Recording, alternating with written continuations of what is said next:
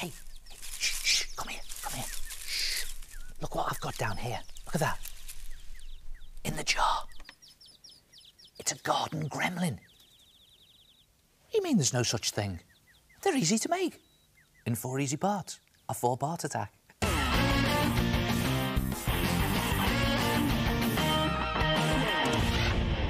First, choose a jar that you want to put your gremlin in, and if you take the lid off, you can always use it as a guide for the size of gremlin to make.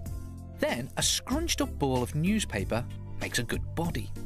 Just tape on a smaller piece of newspaper to form a neck, and then another more oval-shaped ball that's a bit smaller than the body, and you tape that on for the head. And don't forget to use plenty of tape to make it nice and strong. So that's the body. Now, if you use the lid as a guide, you know it'll fit into the jar, and you see I've left plenty of room for his arms and legs. It's okay, let's give him some arms and legs. For his arm, just cut a square of newspaper and then roll it up and just twist it a little bit. And the idea is to just open a little bit of the end out and flatten it to make a little hand. Then place the arm onto the body and tape it into place. Now, to get the shape, you have to bend it at the elbow and tape the hand into position under the chin. And again, just pop on some tape. And the idea is to make another arm in exactly the same way and tape that into place. For legs, twist and shape some newspaper into a chicken drumstick shape and tape that into position on the body. Now, it's a little fiddly, but keep going because it'll look fantastic. On it goes.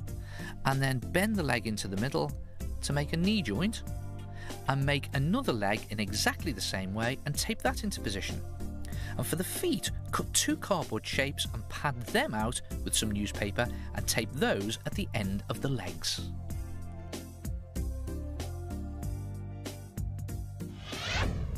So there's your basic gremlin. Looks cute sitting there, doesn't he?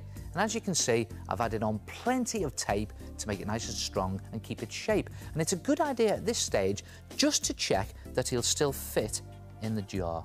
Yep, he's okay, but he still needs a bit more character, so why not add on a few more details? How about adding a couple of wings that you've cut out from thin card?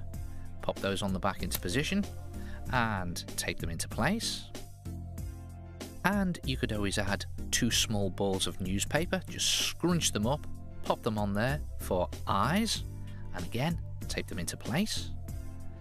And how about cutting out some small card triangles for ears, and again, pop them on the side of his head, and you can make up the features as you go along.